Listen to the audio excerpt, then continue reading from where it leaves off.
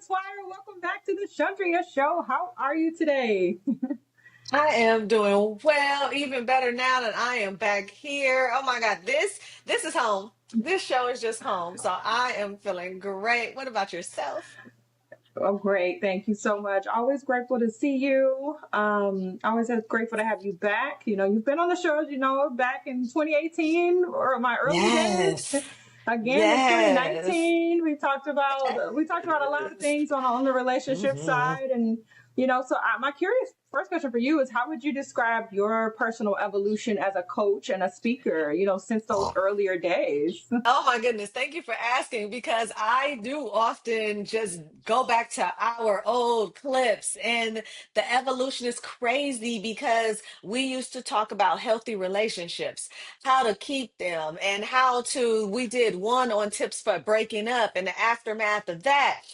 And now it has shifted so much where it's not even about healthy relationships. So back then, I was the relationship coach who focused on healthy relationships and maintaining them. So now I am a self discovery relationship coach. And now I focus on helping individuals unlearn and relearn relationship skills through healing, because a healthy relationship, I cannot touch on that if you have not done the work for yourself. So that evolution came after COVID and just seeing what people were on now. And that's where I am now. So self-discovery and healing is what I'm all about. I really love that because I feel like that the lane, there's so much traffic in the relationship space. It's like Yes. everybody wants to give you tips about, a healthy relationship, like your romantic relationships, but everybody on this planet is a human all by themselves, We came in this world Yes. by ourselves, and I'm so grateful that, obviously I'm pretty sure you still touch on those types of hmm romantic relationships, but I find it so special that you focus on the person as an individual and not who their Yes. connection is to their romantic involvements. And like now, your brand's focusing on emotional intelligence and self discovery hmm and personal wellness. So, what was the turning point that led for you to focus more deeply on these particular types of things? hmm Again, I know it might sound repetitive with a lot of people, but COVID was the turning point for me because that's when people really had to learn themselves, learn who they were with, and again, not just your intimate partner. When I say relationships, people be like, "Oh, relationship coach, I don't want that." That was another pivotal moment for me as well. When I would tell people what I do, and at that point, it shifted from, "Oh, I need you to, oh, I don't want to be in a relationship." No. And I'm like, hold on, you have a relationship with your coworker, your mother.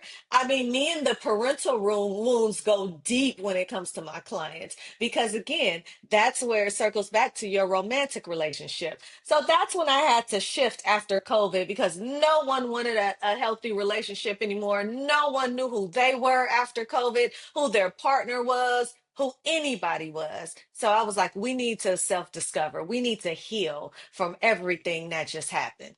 Like people better nurture their romantic relationships. So I feel like this is my personal opinion that I don't know that people really need as much relationship coaching as they do the lane that you're in now, because when you have that affinity for somebody, that relationship with somebody, whether it be your spouse or your best friend or your mom or whomever, like that person, you kind of fight for it. You fight to make sure like it's good. But then when there are these people that you don't know, for example, like your coworker who you can't get along with, you know, and you're just like, you're set in your ways, that person's set in their ways. I don't like them, they don't like me, or we can't agree, or you don't like the manager, or you don't like the director, or whatever that is, like whatever that person that you don't have that special affinity to, like that piece right there has to be so like personal to you, because it's like you and I may not get along, but I have to like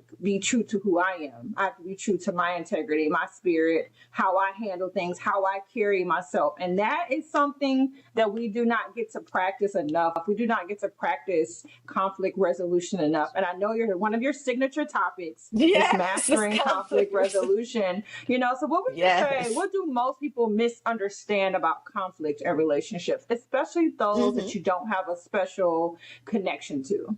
Hmm. Is that conflict doesn't have to have a negative connotation to it. Conflict is something that we do every day, but people put so much negative connotation onto it that it becomes defensive. A conflict doesn't have to be argumentative. And that's what people miss. When it comes to a head, right, they automatically think that it has to blow and explode. So that's why I teach the five different conflict resolution styles, because everyone doesn't know their style. And when you automatically jump to a defense, you think you have to fight. And that's not how you have to do it. So that's what people miss. And that's what I really want people to understand too, is that there is a healthy solution to everything. There's a peaceful solution to everything. Tell me how understanding those five conflict resolutions, understanding Mhm. those styles helped you prevent the blow up. Get to it before How it it gets helps. crazy, before it gets bad. Because again, knowing yourself, you first have to recognize it. So with every workshop that I do, with everyone that I talk to, I have them do a conflict resolution style quiz, because you just don't know. A lot of people like to self-diagnose, myself included. I used to self-diagnose all the time, right? And so everyone believes that they just handle conflict in the most effective way, no matter what it is. The most assertive one, because that's the most effective one, is the assertive style. That is the most effective one, but to someone who is passive aggressive, it might seem defensive, right? And so what I teach is I have you identify yours, but I also show you how to work with the other ones in the room so that it doesn't have to blow up. I like that. I like that a lot because Hmm. I think that we could get ourselves out of the hot water sometimes, and then also too takes that pressure off, like you said, just because it's a conflict. The conflict is mean that we don't agree. It doesn't mean that we have to Hmm. come to blows Yes. about it, or not be able to come what we came to do, which is if that's Hmm. to work, or if that's to Right. co-parent, or if that's to work on a Hmm. project together, like whatever the thing is, mastering that understanding. So I really appreciate Hmm. that. Let's talk Thank you. about I let's talk also think, about let me tell you one more uh-huh. thing. I also Sure. think that people miss that conflict isn't about winning. It's about the solution. So a lot of people, when you get into that competitive style, it's about trying to win on your side, but the house is still burning down. Right? You Hmm. know what I'm saying? So, like, no, the solution is to stop the flames from burning down the house, no matter how, but you want to win at your way of doing it, and the house is still burning. And Hmm. so I think that that's most important too. Which goes to the next point. You speak about understanding self as foundational. What are the first steps someone should take to begin that internal journey of understanding self? Is that you could definitely relearn from your environment. That is the first step. It's so many people that just believe that the way they were raised, the way that they are, the way that they've seen it repetitively in their own circle is the way.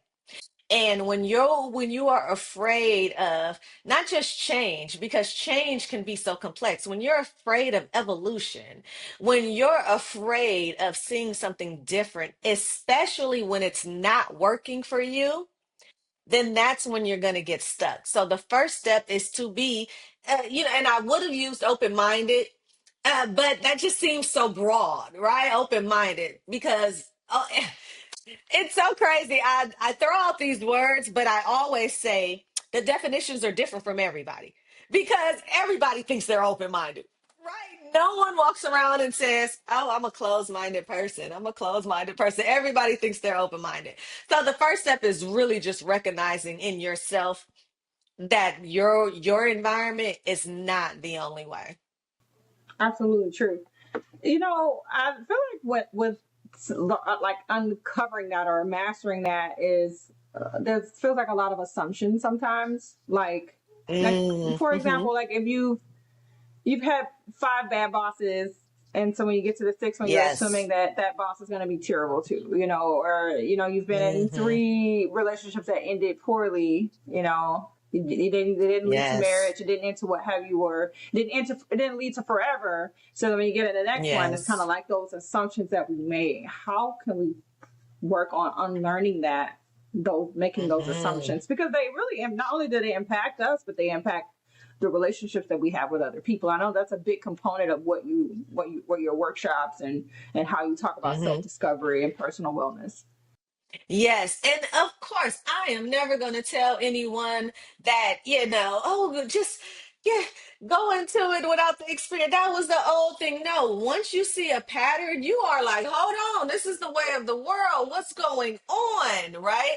But what I would do is I would always tell people and my clients is to look at the patterns, and that's when you start to insert yourself without blame or shame.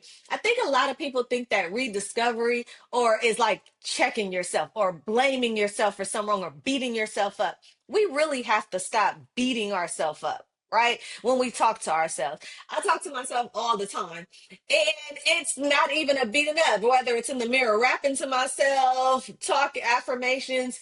It's not a mean thing. If you don't want the world to speak mean to you, don't speak mean to yourself, right? And so when you start to see those five bosses, right? And then think of it like this. Okay, why am I in that position? I've had five bosses because it could be something as simple as the industry, right? It could be something as simple as it's not your passion and it's a personality clash. I've been, even in my corporate world, I've had some personality clashes, but I've also went to and I'm like, okay, what is it? And once I recognized that, when I started interviewing more, when they start really asking the questions, what are you looking for in an environment? You have to be honest with yourself and not just go for the short term, I need a job. Now, this is just one broad, but if you take these into everyday life situations, then it was still coming back to you to where you lead the way. For sure. Then you also have an approach to women's mood mastery. What do you want Mhm. women to know about emotional regulation and balance? Yeah, so that actually came from my own experience, and I speak on this across the world on stages because it came from my own experience when I was unhappy. I still had to go to work in corporate, and I was in school full time. I still had to show up, right? But what I want women to understand is that it's not the whole strong independent thing.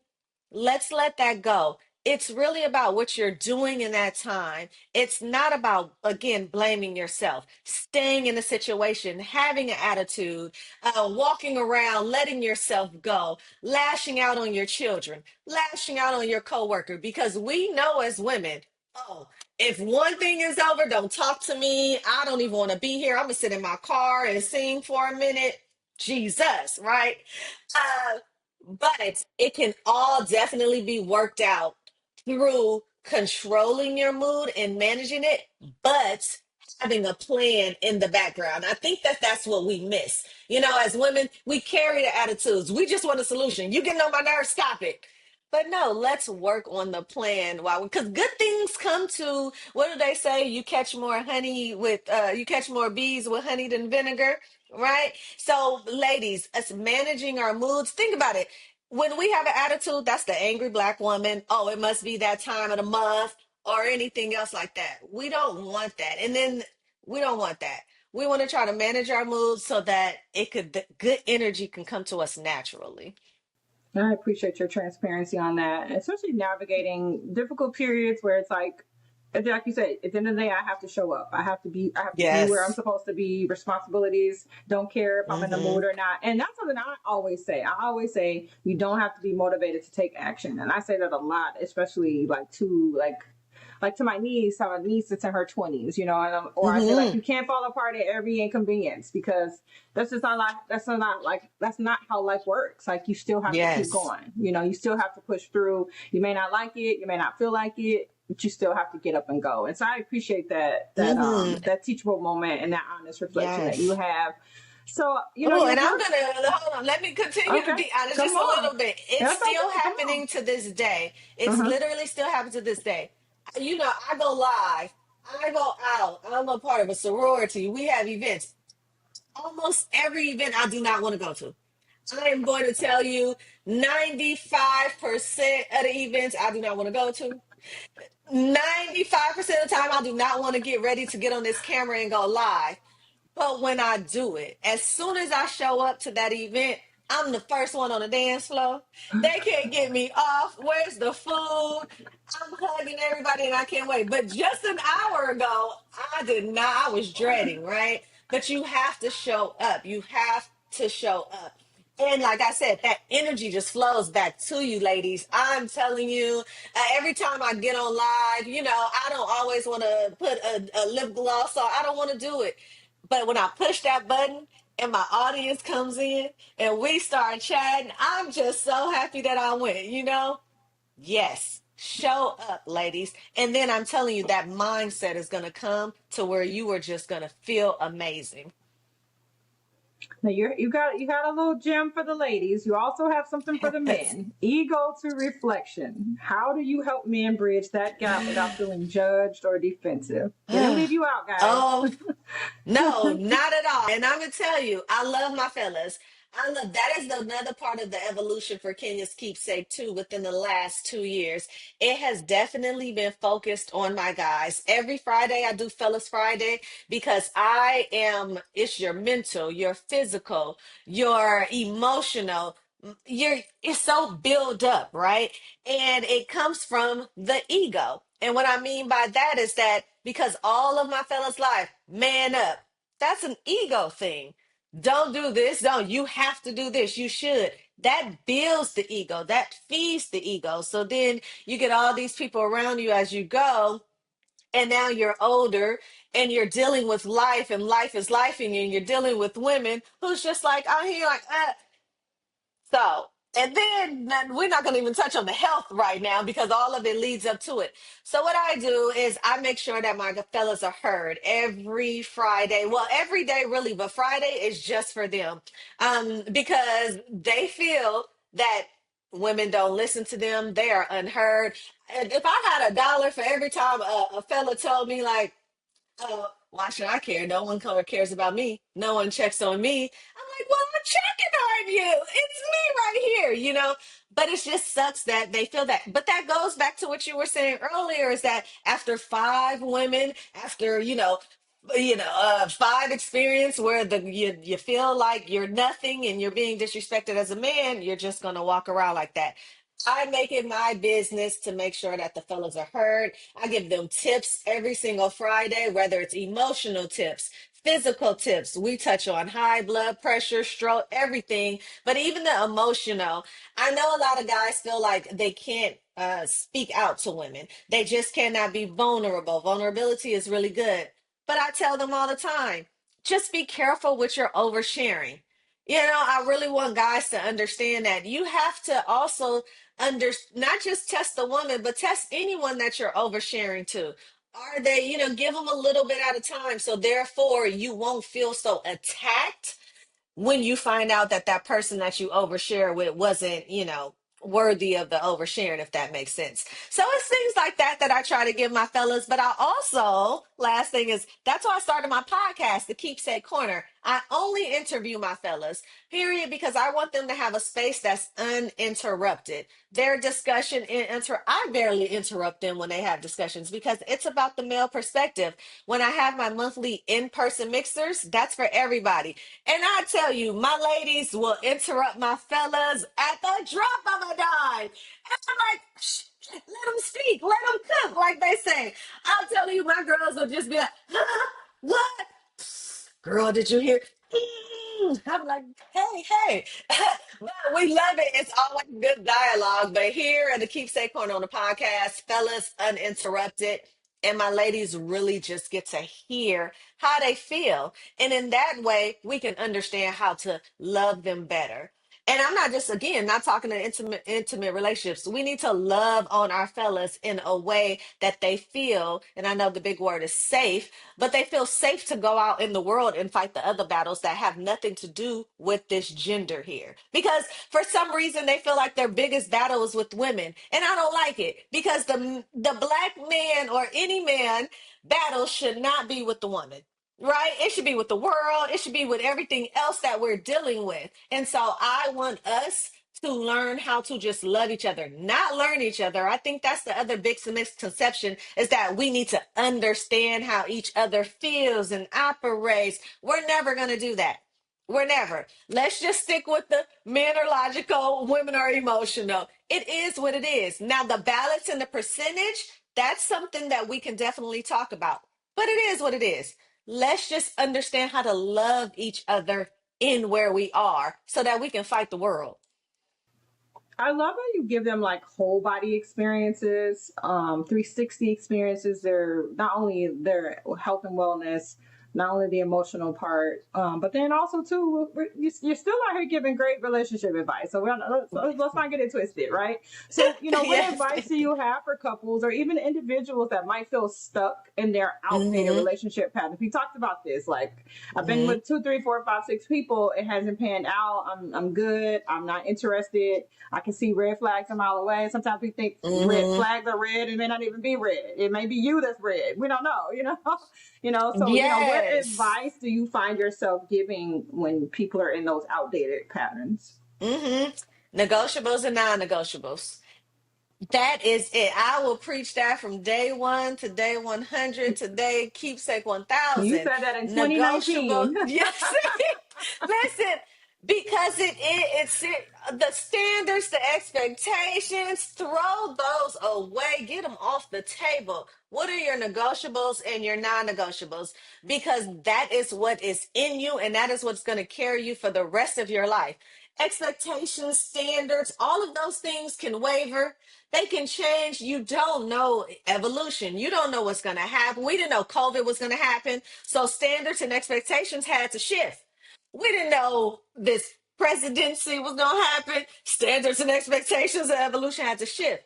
Those things shift. Your negotiables and non negotiables should not.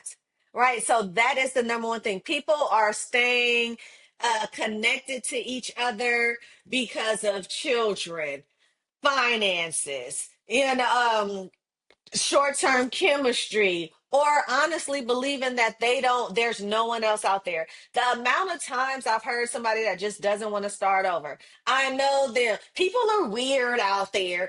So you rather stay with your weirdo. Like, you know what I'm saying? Because you're so afraid of the other weirdos that are out there, right? So people just stay and they rather suffer. And I had to tell a client the other day, I was like, okay, think about it this way. Which you're in the same amount of time span, but you're choosing this energy instead of this one. The energy that you are spending with this person, and you are unhappy and you are complaining and you're saying you don't want to find nobody else, because you're dealing with that same, let's just say 3 month span, you could have switch that energy. And in that same 3 months, span, you could have, you know what I mean? So people are just really walking in fear and scarcity right now. It's unprecedented times, but I think people like you that, give not only the free game on social media, you can't beat that. Hmm. Even the Yeah. jams you're dropping on live, and your podcast, the spaces that you're creating, and then also more formal, personalized coaching and workshops that you're Hmm. doing. You're available from everything from personal development, conferences, corporate wellness, youth programs. You're Yes. doing it all. Oh, How the do you babies. how do you tailor your message across these different audiences? Hmm. Yeah, I have never been one to generalize. Even back in the day when Steve Harvey book first came out, I don't even remember what year that was. Everybody, you should write a book. You should write a book. You should write a book. No, books generalize. Now, I'm not against books. I'm not, there are some books that are really, really amazing out there. But if I did, I would have to, and that was, I don't even, that was probably 10, 15, I don't know how long ago. And so I still been sitting on that because I do not generalize. I personalize because that's how you operate. And I think that that's the problem today is everyone generalized. So the gems that I drop, it comes from experiences. It comes from other experiences, of course, confidentiality, but also too, everybody's kind of going through the same thing but just don't know how to handle it because of how they were raised, what they were taught, their environment, or by their own thoughts. So that's why I rediscover, relearn, and all of those different things. But you touched on the youth. I love the babies. I mentor youth as well. That is something that I do almost every day, more than I see the adults, because I've realized also that's where they start. Right? We were the youth. And my clients now were the youth. And where did they get that from? So I said, I have to go back. We all talk about ancestors back in the day, modern. I need to go back to the in the day, which is the youth, because the youth are going to be the future in the middle, in the future. So to answer your question, I just personalize it to everybody. Once I see a client, once I touch anybody in person, yes, the five love languages are what they are, right? But they don't mean the same thing as they do to you, to the next person that I'm gonna see in the grocery store. So that's how I differentiate it. And that's why sometimes these podcasts, these shows, these books, I'm like, who are y'all really talking to right now? Because you just telling you telling 500 people to do the same one thing. Mm-mm, I don't like it. That's not gonna work. Yes, it's everything. And that has evolved. I think so. I interviewed a random couple in a boxing gym. They were so sweet, but they were dropping some really good stuff. And he mentioned that people change I think he said every 7 years. I thought it was five, but can you imagine? Right? But even if it was five, right? Can you imagine all these people saying they've been with someone for this long and that, and there are you are not the same person. That person is not the same person. But instead of complaining, right? Because that's what we do. He don't do this. She don't do what she used to. She don't do that. Well, what happened in those 5 years? Why am I changing? And don't discount, do I do more? I think that's what a lot of people lose too. They don't highlight the more that I do. I do more too. Don't just say what I don't do because you've evolved in the 5 years. So now we're together 10 years. Do you want me to be the same person that I was when we first met 10 years ago? Now, again, it's all about negotiables and non negotiables. What are you unhappy about? Did something that shift or evolve is it one of your non negotiables now? Or is it, mine? No kids. 5 years, 10 years, 15 years. I don't care how many 5 years pass. I'm not having no more children. Okay. Listen, and so that is something and now people get into relationships now. Maybe the man now wants a family, or maybe the woman now has baby fever. You see what I'm saying? Non negotiable, not expectations, not standards, because the expectation could be, I want a family man. I want this. And now, but the non negotiable is, I don't want no kids. But you said a family man. Hold on, let me break it down. See, you see where I'm going? People don't take the time to really dig deep. That's what it is. Pour so much, and so fervently and so passionately pour into your clients. You pour in even strangers. I mean, it sounds like you've helped people in random stores. Like you just pour of yourself. So as a coach, what personal practices keep you grounded and focused and emotionally well yourself? Because you're pouring out so much. How do you fill your cup back up? First and foremost, I want to give a shout out to my daughter. My daughter is 22 years old, and I don't like saying she's like a mini me or split me because she is her own person, but we have the same. She keeps me grounded. Like, I'm not even gonna say the roles has changed or anything, but having a 22-year-old daughter really keeps me level head. Shout out to her. That's number one. Number two, same family support system. I have a really great support system around me that supports me. My brother, my dad, my aunt, everybody shows up for me in that space, whether they need to do a show, a podcast, be in the background. But lastly, I really want people to understand is that everything you see that I post, I read it myself. I am not just a what they say and going about my business. I do the work with you guys. I have a community. I call it the Keepsake headquarters, but it is just a community that sits there that's outside of social media that houses everything that I talk about. It's kind of like a school community for the keepsakes and relationships. But before I give you an assignment, before I put anything, I do it with you guys. There are challenges that I make sure I do everything because they work. They work for me, they work for you. And again, it's not generalized. Although the questions might be generalized, my answer is going to be something different than yours. And then we get to explore that. So I want people to know I'm not just out here posting for the gram or Insta just to see what y'all going to do. I'm with y'all. Well, I'm excited about everything that you've done, everything you're doing, and what's on the horizon that we haven't even seen yet. All the new programs, the events you've got coming up, Yes. and all your amazing initiatives. But before we wrap up today, do you mind answering a few lightning round questions for me? Of All course. right. All right. First one. What's one personal keepsake that reminds you of your purpose? Oh my goodness. Testimonies. Testimonies that I don't even ask for. I've never asked for a testimony, and people all just give them to me. Even to this day, I still don't have them written down, quoted, or nothing. They just come. So that, yes. What's the best advice you've ever given but had to learn the hard way first? Oh my goodness. It's, oh, it's not about money. Okay. Okay. It's Tell not me what about it's not money. about. Okay. Okay. It's not Okay. about money. And again, that goes back to my purpose. I don't do, I see strangers, I see all of that, and I do that, and I just do this thing. But Mm-hmm. I used to always tell people that I see that stress over finances, it's not about money. Mm-hmm. Okay. What's one boundary you've set this year that's changed everything for you? Oh, D&D. Do not disturb on the phone. I know some people used to just do it and it still see who disturbing, but no. I have set clear I do not work past this time before this time because that is my personal time, whether it's in prayer, workout, or anything else. I used to really have everything, my phone, my computer, everything as a distraction. I used to answer every call, no matter what time it was. I used to wake in my sleep, hello, and I love my sleep. Not no more. Not Okay. no more.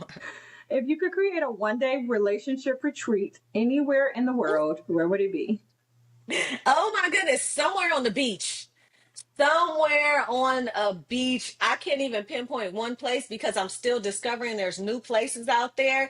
Like I just started Love Island, and that was my first introduction to Fiji. I know my best friend and her husband went to Fiji a long time ago, but I was like, wow. So there's so many, but it will definitely be on an island. Love it. What's your go-to affirmation when you're having a rough day? Oh, it has to be. It's you know what? It's not just one. My affirmations are songs, and it Okay. just depends. But it's always probably like a Little Kim song. I promise, it's always a Little Kim song. Okay. Throwbacks, right? Yes, I got it. always. All right, we're halfway through. What's a non-negotiable, that's your word, Hmm. part of your self-care routine? Oh, part of my self care routine. You know what? I just changed that up. So, hmm. Oh, I just changed myself. I'm gonna stick with sleep. That's just number one. Sleep. Okay. I don't Non play about my negotiable. sleep. D&D, I'm asleep. I'll talk to you Yes, tomorrow. and you know what? Now that I think about it, that has been a non-negotiable because really quickly, a quick story. Oh, when I talk about I was engaged and unengaged, but he woke me up to propose to me. That's how I knew it wasn't gonna work. You see how it all? See, I'm real. All my answers are really kind of the same because sleep has always been a non-negotiable. Do not wake me up to propose to me because I don't play about my sleep. So sleep. Okay. Self-care sleep. Final answer. Okay. Name a public figure you think models emotional intelligence really well.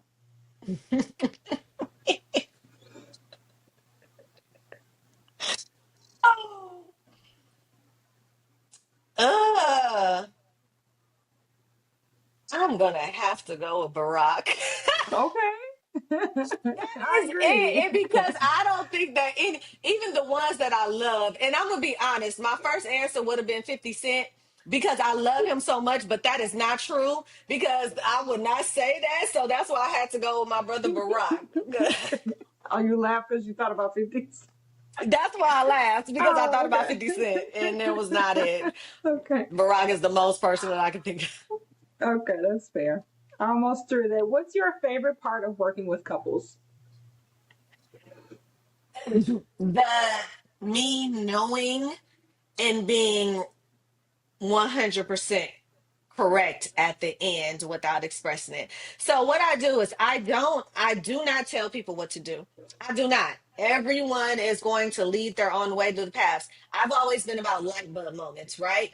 And so when I start working with a couple, I know if it's going to, deal or no deal. I know if it's something that can be worked, it's fixable, or if it's not, and I assess that myself personally. And by the end, I have a 100% success rate in my head on how it's going to go. And so that right there. Okay. I like that. Thank you. One thing people assume about relationship coaches that's totally wrong.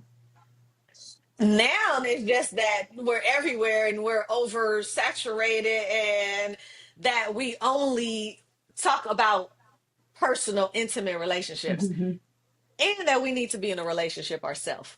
You know Mm. what? Let me go back to that. Hold on, because this is good. It's funny. I do this on my podcast, and I didn't realize how hard this was until this was back on me.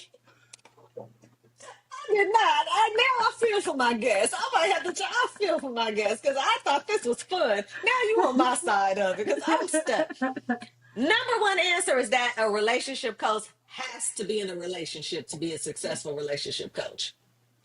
So what I tell people is that I'm a relationship coach. Like any coach, whether it's sports, well, sports, let's just go with sports.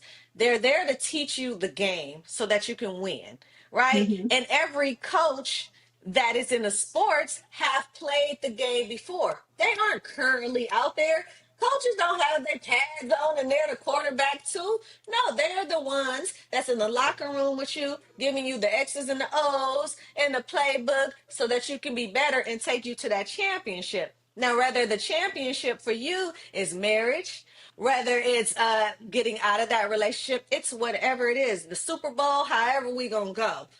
So I or any relationship coach do not have to be in a current relationship to coach you through what you're going through because I have been in relationships, but I'm also in a relationship with my mom.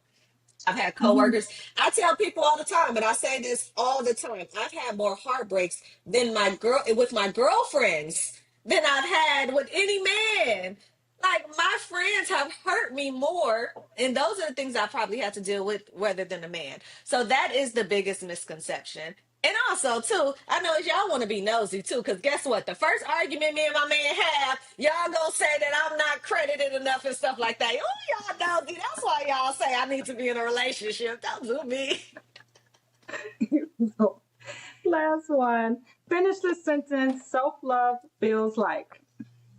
Oh, peace. And I know that's a word that everybody uses, but it feels like it. Stop saying you want peace and know what it feels like. So Mhm. many people say they want peace, but are the ones that are causing the chaos. They are the ones that are the most unpeaceful people. I want people to really stop saying a lot of things and start feeling it. So it feels like peace.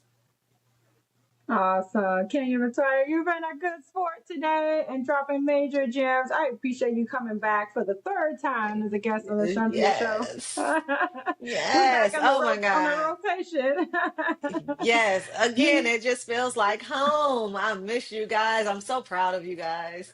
Thank you. Well, what exciting things do you have coming up that we can join in, be a part of, or check out? hmm Oh, I go live every Thursday for Tips Tea Thursdays. At night, I never know a time because, like I said, I never really feel like it. So I just roll in, but y'all know your girl. You gonna catch your girl every Thursday for Tipsy Thursday. Fellas Fridays dedicated. My workshops will be back. I'm not my workshops and my mixers. Battle of Perspective. So if you're in the Los Angeles area, look out for that. It's a male and female panel when we have great things going on. Mastering conflict resolution all over the world, but youth. I am mentoring the youth. I have a great youth program for mastering conflict resolution that I take everywhere. I love the babies because, again, it's where it starts. And so I could definitely heal the adults, but let's prevent it by starting with the youth. Love it, love it. Well, Oh, and my congratulations. podcast, the Yeah, Keepsake come Corner, on. drops every Saturday. Yay. Every Saturday on YouTube. Wonderful. Well, thank you, Kenya.